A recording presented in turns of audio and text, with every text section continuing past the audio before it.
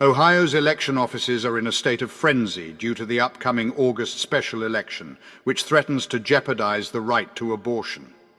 The August special election in Ohio carries significant national political consequences, and it has thrown local election offices into chaos. Overworked election staff are now facing a slew of logistical issues after Republican legislators reversed their own legislation. In order to ensure the smooth functioning of the election process, officials face a number of challenges. They must persuade poll workers to forego their planned vacations, as well as find alternative locations for polling places that have already been reserved for summer weddings, maintenance, or other events.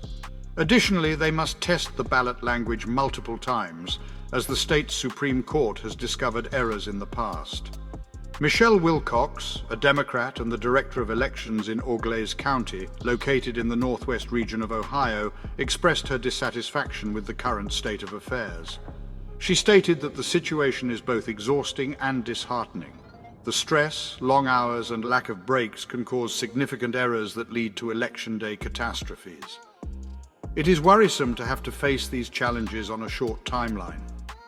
Republican legislators imposed a tight schedule by revoking a newly enacted law that would have abolished most August elections, leading to a special election on August 8th. The election aims to ratify a proposed amendment that seeks to make it more difficult to modify the state's constitution.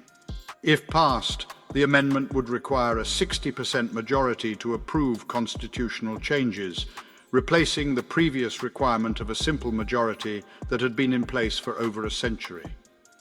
The primary objective of Republicans is to impede the successful passage of an upcoming amendment for abortion rights in November by implementing measures that would make it more challenging for voters to do so.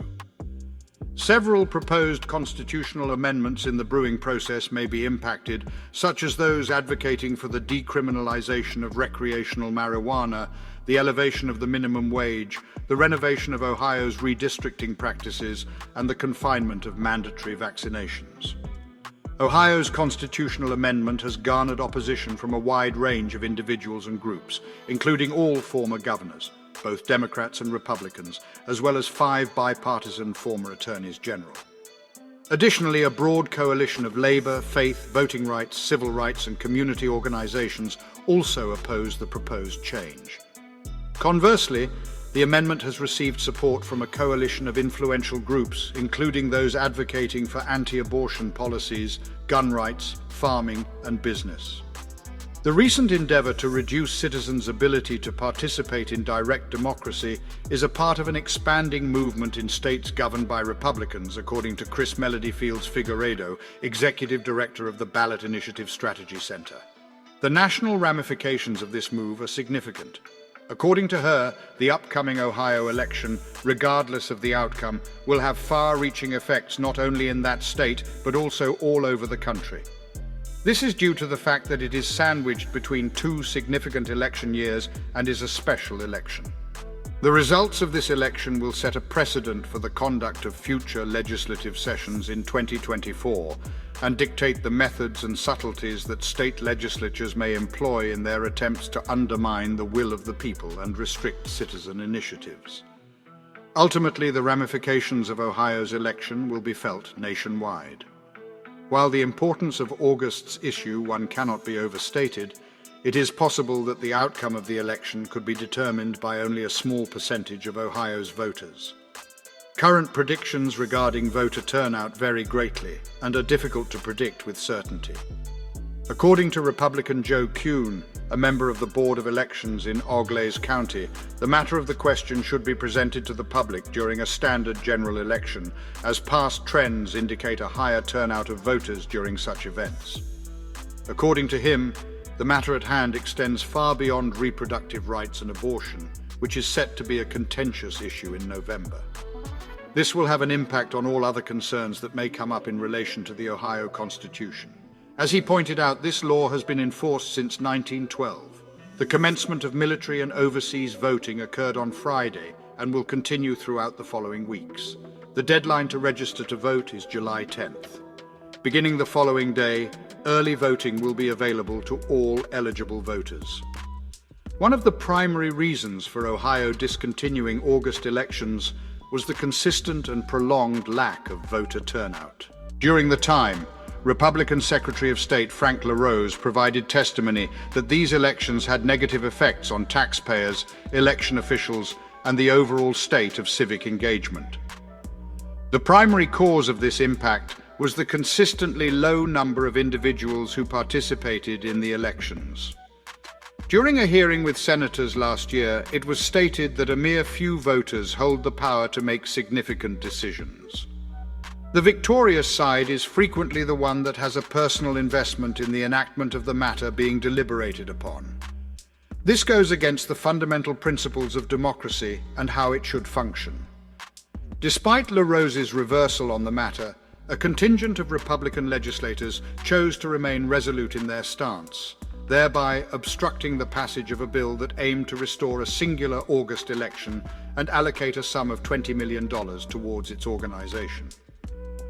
The decision-makers in the legislative branch ultimately concluded that the bill was unnecessary, opting instead to weave the date for the special election into the resolution that dispatched Issue 1 to the ballot box. However, there was no accompanying budget for the election. The one-person, one-vote campaign, which was in opposition to the resolution, contested this move as unlawful, but their efforts were ultimately unsuccessful. The state budget bill has accounted for the funds, but Wilcox, who is the Ogle's election director, has noted that the lack of available funds has resulted in a new set of time-consuming responsibilities for election boards. This includes the need to obtain approval for expenses from county commissioners, which would typically be included in their yearly budgets, as well as filling out extensive paperwork for reimbursement. She noted that the contracts which were made with the polling stations had not taken into account the August election date. As a result, postcards will need to be sent out twice, once to inform voters of the relocated polling places, and again in the autumn to remind them of their typical voting location. She discussed how her county, which has a population of about 45,000 people, managed to narrowly avoid an issue with the local fairgrounds. The fairgrounds are home to 10 polling locations that serve almost 9,000 voters.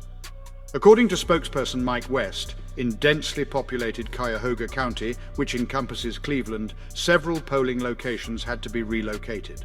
Specifically, around 24 locations had to be changed due to conflicts such as weddings being held at churches that were previously designated as polling sites and school buildings undergoing renovations. According to Aaron Sellers, who serves as a representative for the Franklin County Board of Elections in Columbus, the county has decided to reduce its number of voting locations from 307 to 282. As a result, approximately 7% of voters will be affected by this change and will need to find a new location to cast their vote. According to his statement, there were a total of 25 places that were unable to host them. The reasons for this ranged from ongoing floor renovations to church retreats, Bible study sessions, and similar events. In order to entice those who may be making plans for August getaways, Franklin County made the decision this month to augment the compensation for their poll workers. Although the $134 allowance for working on Election Day is established by the state, the county's election board was able to raise the pay for poll workers in regards to their training period and responsibilities for setting up. According to Sherry Poland, the elections director of Hamilton County, her office located in Cincinnati has encountered issues in only 3 polling locations, and the major challenge remains in recruiting poll workers. She stated that the commissioners had decided last year to grant county workers a day off if they serve as poll workers, without requiring them to use their vacation time, along with an additional day off. Hence, her office is prioritizing the recruitment of county workers for the task. Local election boards have encountered difficulties in modifying ballot language. The Ohio Supreme Court deemed the original phrasing approved by the state ballot board as inaccurate, resulting in its revision. Consequently, voting systems have undergone several tests to accommodate the altered wording, according to Wilcox. According to Wilcox, the 3-person office in her county has been facing difficulties. The office was tasked with managing responsibilities for 4 different elections at one point, including the spring results audit, the August election, the influx of petitions for the November ballot issue, and the early declarations of candidacy for the 2024 elections.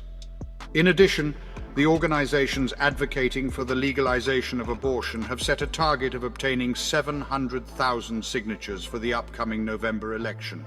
These signatures must be submitted to the relevant local election offices by the 5th of July.